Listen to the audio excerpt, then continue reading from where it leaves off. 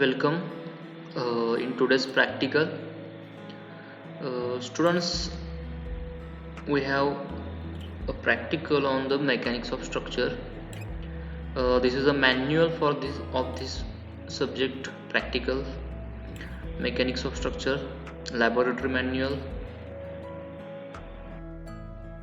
तर आपल्याला जे काही मॅन्युअल आहे त्याचा हा सॉफ्ट कॉपी आहे ते मी तुम्हाला एक्सप्लेन करणार आहे प्रत्येक प्रॅक्टिकल वाईज. एकूण तुम्हाला 15 प्रॅक्टिकल आहेत. ओके,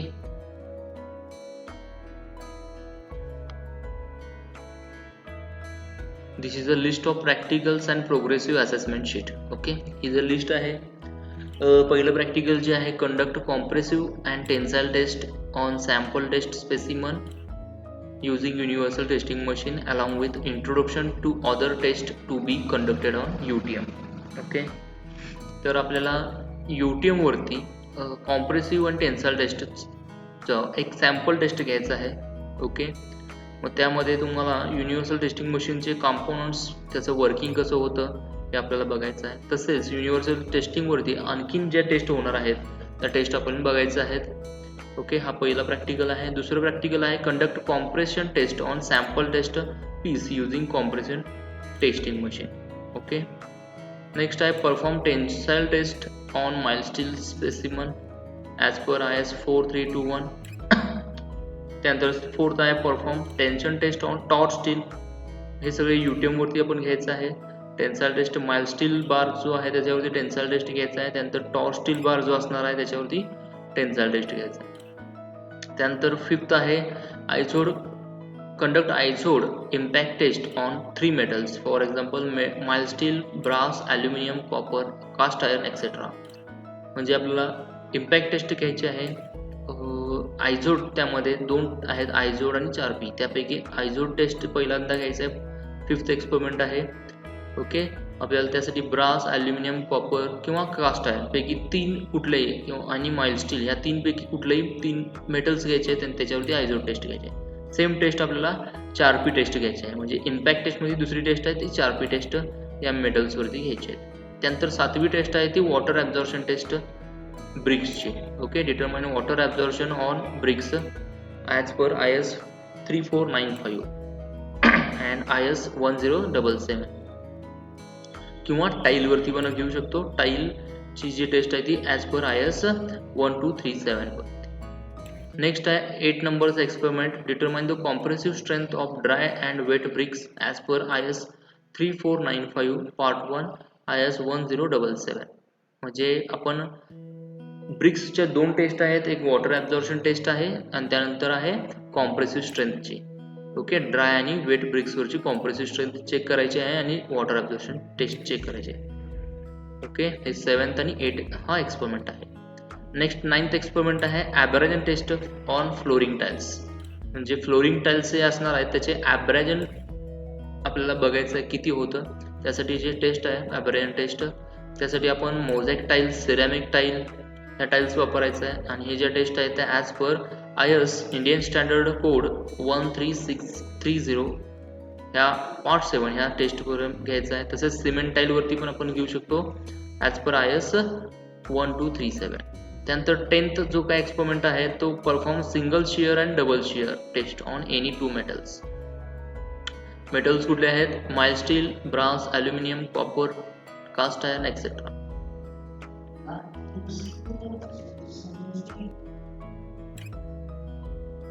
आपल्याला सिंगल आणि डबल शिअर घ्यायचे आहेत. आपण शिअर टेस्ट, शिअर म्हणजे आपण बघितलंय. Okay, punching shear etcetera. तर त्याच्यामध्ये सिंगल आणि डबल शिअरमध्ये 2 टेस्ट आहेत. आपण त्या mild steel, aluminium, copper, brass, cast iron ह्या मेटलच्या ह्या सिंगल आणि डबल शिअर म्हणजे ॲक्च्युली शिअर फोर्स कसा ॲप्लाय होतो आणि त्याचं कसं ब्रेक होतं किंवा फेल्युअर कसं होतं, शिअर फेल्युअर, हे आपल्याला ह्या टेस्टमधून बघायला मिळेल. त्यानंतर 11th एक्सपेरिमेंट जो आहे ते conduct compressive test on timber section along the grain across the grain. Then 12th is shear force and bending moment diagram for cantilever and simply supported overhanging beam for different types of load. 2 problems on each type of beam. म्हणजे हे problems तुम्हाला solve करायचे आहेत. 13th आहे conduct flexural test on timber beam on rectangular section, म्हणजे timber beam वरती आपण bending test घ्यायची आहे. त्यानंतर 14th आहे conduct flexural test on flooring tiles, flooring tiles जे असणार आहे त्याच्यावरती बेंडिंग टेस्ट घ्यायची आहे.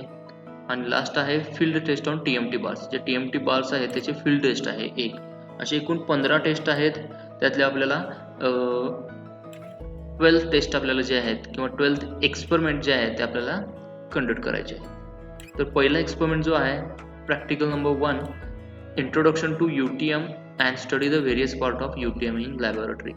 ओके, पहिला जो आहे ते UTM म्हणजे काय, कसं आहे, त्याचं नेमकं काय वापर किंवा त्याचं यूज कसं करू शकतो, कुठल्या कुठल्या टेस्ट आपण त्यावरती घेऊ शकतो, त्याचे वेरियस पार्ट्स कुठले आहेत हे आपल्याला बघायचं आहे. त्याचा सिग्निफिकन्स काय, practical significance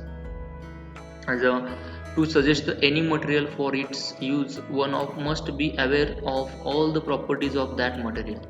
Various properties of the material can be found or calculated in the laboratory by performing different tests on it. In general, the important properties are tensile strength, compressive strength and shear strength, flexural strength, etc., which plays an important role for their use as a material. Universal testing machine is a machine with the help of which one can determine these important properties by performing different tests on it. Instead of having separate machine, all the tests can be performing using UTM. Okay, म्हणजे आपण UTM अशी काय आहे, त्याचं नाव आहे universal testing machine. ही machine use करून आपण वेगवेगळ्या टेस्ट आपण यूज करू शकतो, घेऊ शकतो त्याच्यावरती. आता ह्याच्यामध्ये सांगितलं जे टेन्साइल स्ट्रेंथ असेल, कॉम्प्रेसिव्ह स्ट्रेंथ असेल, शियर स्ट्रेंथ असेल, फ्लेक्चरल स्ट्रेंथ असेल. ओके, ह्या सगळ्या टेस्ट आपण ह्या मशीनवरती घेऊ शकतो.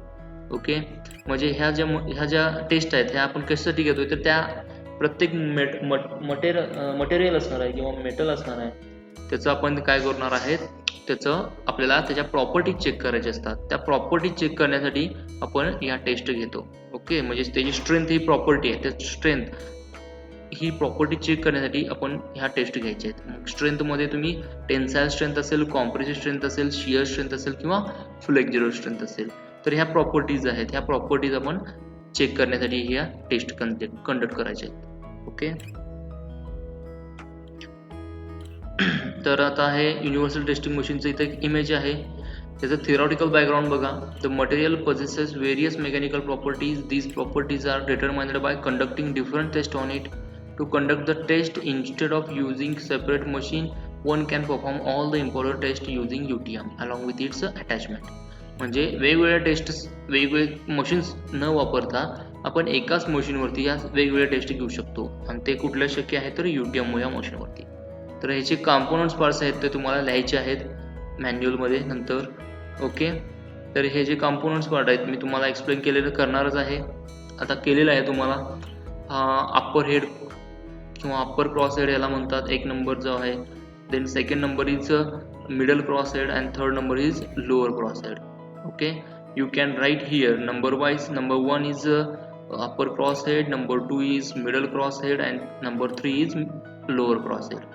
Then fourth, here the machine, that is, it is a mechanical universal testing machine. You can see here the dial gauge. In mechanical universal testing machine, for the reading the dial gauge is used, but in our laboratory there is a computerized universal testing machine, that is digital universal testing machine. Okay, this is the dial gauge of that universal testing machine. Fourth number. Fifth number is, this is a revolving valve that can be used to apply the load and control the load. Okay, this is a left valve and right valve. तर आपल्याला हे number wise इथं लिहून घ्यायचं आहे हे components. त्यानंतर 7th number जे काय आहे, हा जो काय ॲडजस्टिंग स्क्रू आहे, वॉल्व आहे, तो 7th नंबर ॲडजस्टिंग स्क्रू. नंतर हे स्पेसिमन आहे, tensile test specimen 8 number. Okay, जे आहे ते आपल्याला इथं लिहायचं आहे. त्यानंतर हे प्रोसिजर दिलेले आहे तिथे, टेन्साइल टेस्टसाठी, कॉम्प्रेसिव्ह टेस्टसाठी प्रोसिजर दिलेले आहे. ओके, रिसोर्स कुठले आपण यूज केले ते लिहायचं आहे. त्यानंतर आपल्याला या इमेज दिलेल्या आहेत ऑब्झर्वेशन्स अँड कॅल्क्युलेशन्स. या इमेज आहेत, त्या इमेजमध्ये आपल्याला बघून ही टेस्ट कुठली आहे हे आपल्याला ओळखायची आहे आणि इथं लिहायचं आहे. तर इथं जे आता आहे ती युनिव्हर्सल टेस्टिंग मशीन मग ती टेन्साईल टेस्ट इथं घेतलेली आहे. ओके, म्हणजे हा टेन्साईल झोन आहे, हा बार जो आहे त्या बारचा टेन्साईल टेस्ट घेतलेला आहे. इथं हे एक्सटेन्सोमीटर प्रोव्हाइड केलेलं आहे. तर टेस्ट कंडक्शनमध्ये टेन्साईल टेस्ट म्हणून लिहायचं. त्यानंतर कुठला क्रॉस हेड इथं यूज केलेला आहे ह्या टेस्टसाठी, तर इथं आपण अप्पर क्रॉस हेड आणि मिडल क्रॉस हेड इथं यूज केलेला आहे ते इथं लिहायचं. आणि अटॅचमेंट यूज एनी, तर अटॅचमेंट एक आपण इथं एक्सटेन्सोमीटर एक यूज केलेला आहे. ओके, लोड ॲट फेल्युअर, त्यानंतर आपण जे टेस्ट घेतल्यानंतर जे लोड मिळणार आहे ते इथं लोड आपण इथं लिहून घ्यायचं आहे. त्यानंतर ही टेस्ट कुठली आहे हे आपल्याला बघायचं आहे. तर इथं आहे हा एक कॉम्प्रेसिव्ह टेस्ट इथं घेतलेली आहे आणि हा जो वुडन ब्लॉक आहे तो इथं आहे. इथं टेस्ट येणार आहे कॉम्प्रेसिव्ह टेस्ट. क्रॉस हेड कुठले यूज केले तिथं, हा लोअर क्रॉस हेड आहे आणि हा मिडल क्रॉस हेड आहे. जसं इथं अप्पर क्रॉस हेड आणि मिडल क्रॉस हेड इथं टेन्साईलसाठी यूज केलेला, इथं मिडल क्रॉस हेड आणि लोअर क्रॉस हेड इथं यूज केलेला आहे. अटॅचमेंट कुठलं, तर एक कॉम्प्रेसिव्ह टेस्ट अटॅचमेंट इथं आपण यूज केलेलं आहे. त्यानंतर याचा लोड आपल्याला किती मिळतो तो आपल्याला इथं बघून द्यायचा आहे. त्यानंतर इथं हा जो शिअर टेस्ट कंडक्ट, इथं जे काय येणार आहे ते शिअर टेस्ट कंडक्टेड, म्हणजे हा जो शिअर असेंब्ली आहे तर ह्या शिअर असेंब्ली यूज करून शिअर टेस्ट कंडक्ट करतात. इथं देखील क्रॉस हेड जो आहे इथं आपण बॉटम म्हणजे लोअर क्रॉस हेड आणि मिडल क्रॉस हेड हे दोन क्रॉस हेड इथं यूज केलेले आहेत. ओके, अटॅचमेंट इथं आहे ती कुठली शिअर टेस्ट अटॅचमेंट इथं लिहायचं. त्यानंतर लोड ॲट फेल्युअर जो आहे तो आपण इथं लिहायचा आहे. त्यानंतर हे आहे flexural test. Okay, this is a test conducted flexural test. एक हा वुडन हा जो बीम आहे ह्यावरती आपण इथं टेस्ट घेतलेली आहे. पॉईंट लोड टेस्ट आहे, इथं बेंड होणार आहे त्यानंतर याची फ्लेक्चर स्ट्रेंथ आपल्याला मिळणार आहे. इथं पण क्रॉसहेड जो यूज केला आहे तो मिडल क्रॉसहेड आणि लोअर क्रॉसहेड इथं यूज केलेला आहे. अटॅचमेंट जे आहे तिथं हा पॉईंट लोड अटॅचमेंट इथं यूज केलेले आहे. त्यानंतर इथं लोड किती आहे त्याचाही लिहायचा आहे. त्यानंतर टेस्ट कंडक्टेड ही आहे टेस्ट आहे compressive strength of metal bar. Okay, metal बारवरती कॉम्प्रेसिव्ह टेस्ट इथं घेतलेले आहे.